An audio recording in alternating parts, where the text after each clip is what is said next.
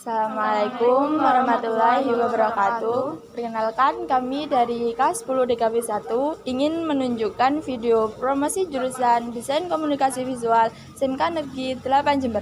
Perkenalkan, nama saya Nanta Putri Retasari. Saya Alvina Anton Rahayu.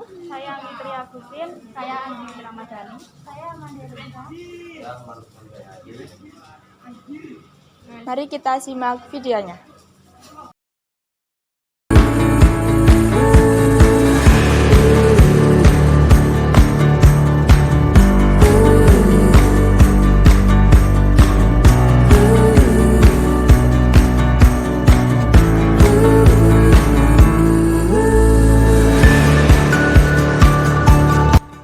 Hai, ada yang baru lulus SMP? Yuk bergabung bersama kami di jurusan Desain Komunikasi Visual SMK Negeri 8 Jember. Yuk ikuti kami.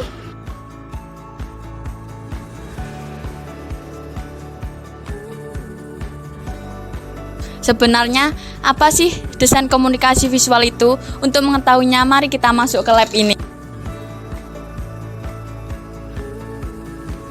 Desain Komunikasi Visual atau DKV adalah cabang ilmu desain yang mempelajari konsep komunikasi dan ungkapan kreatif, teknik, dan media yang memanfaatkan elemen-elemen visual untuk menyampaikan pesan untuk tujuan persuasi maupun tujuan informasi.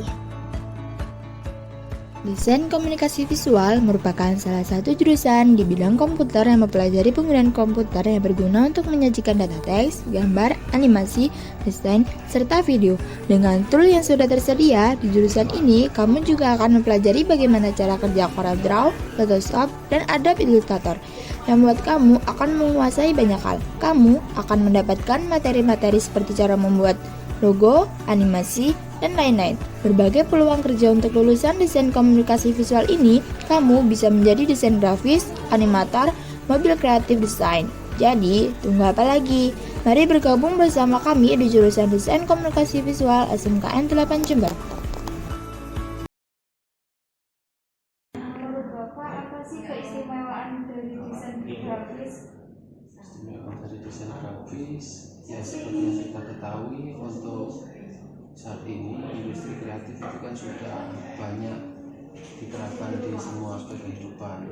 Sebab itu desain grafis mutlak dibutuhkan untuk dalam kita berkegiatan nanti untuk menambah suatu keindahan dalam apa yang disampaikan nanti. Coba bisa dibayangkan ya, misalkan buku ini sudah, kalau misalkan ini cuma putih ini aja, bisa bagus nggak?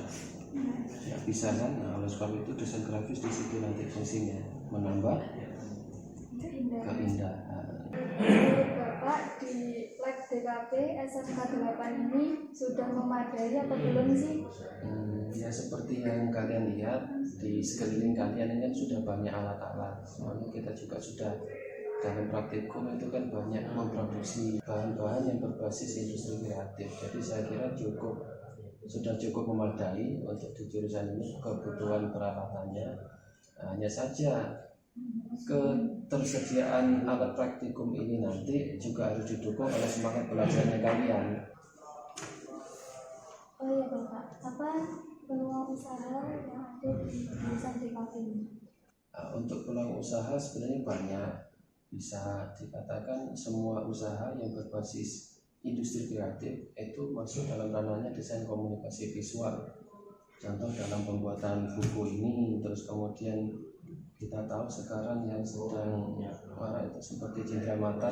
Nah, itu kan tidak ada sudah yang kita buat pakai tangan secara langsung, kan tidak ada. Sebenarnya pasti ada proses sentuhan desainnya. Nah, di situ peran kita sebagai generasi yang dari desain komunikasi visual sangat penting untuk menumbuhkan ekonomi kreatif itu sendiri. Nah, contoh simpelnya sih seperti kita proses percetakan, industri percetakan, terus kemudian bidang fotografi, videografi, pembuatan animasi, terus kemudian media promosi, branding produk, dan lain-lain. Banyak sekali sudah pokoknya.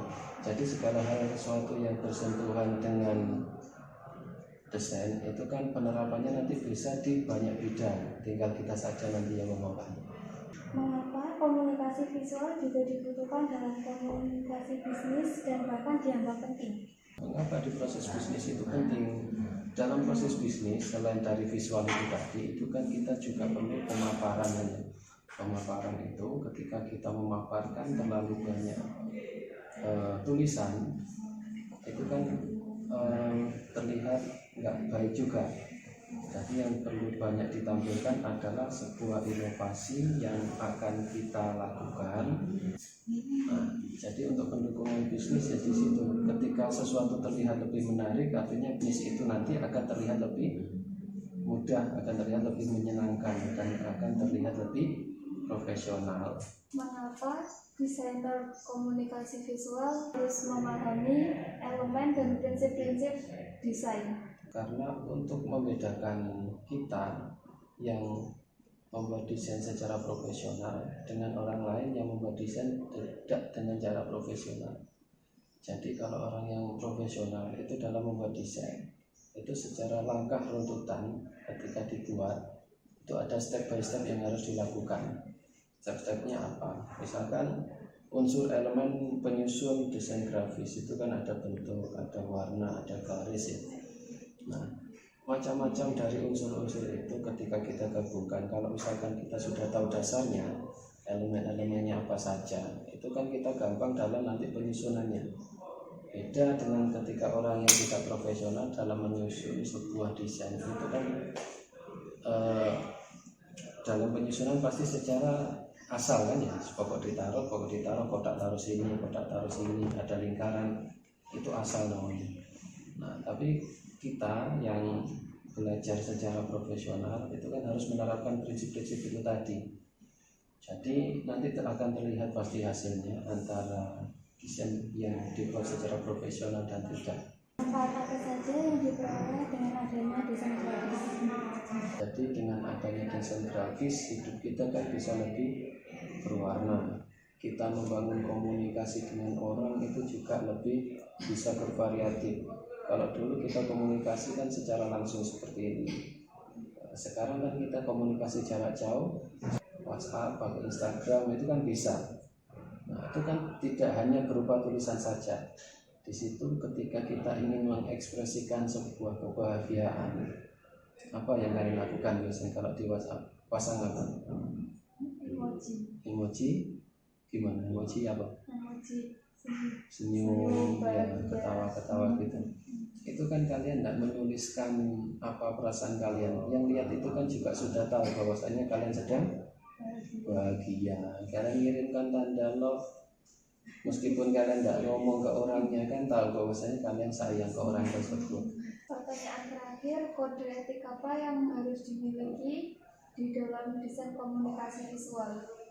Kode etik yang paling krusial yang harus kalian ingat berkaitan dengan hak cipta. Kita dilarang untuk mengambil informasi dari sumber yang bukan hak kita.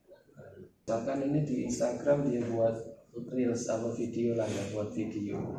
Di situ dia menggambarkan tentang sebuah tempat yang indah.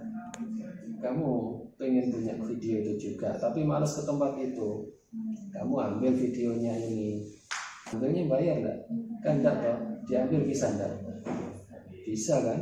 Nah, tapi kamu ngomong enggak kalau ngambil ini? Enggak. Nah, itu kode etik yang harus kita jaga. Kita harus menghargai karya orang lain. Sudah cukup pertanyaan dari kami. Terima kasih atas waktunya dan penjelasannya. Sama-sama sudah. Semoga lancar, sukses selalu, tetap semangat dalam belajar ya.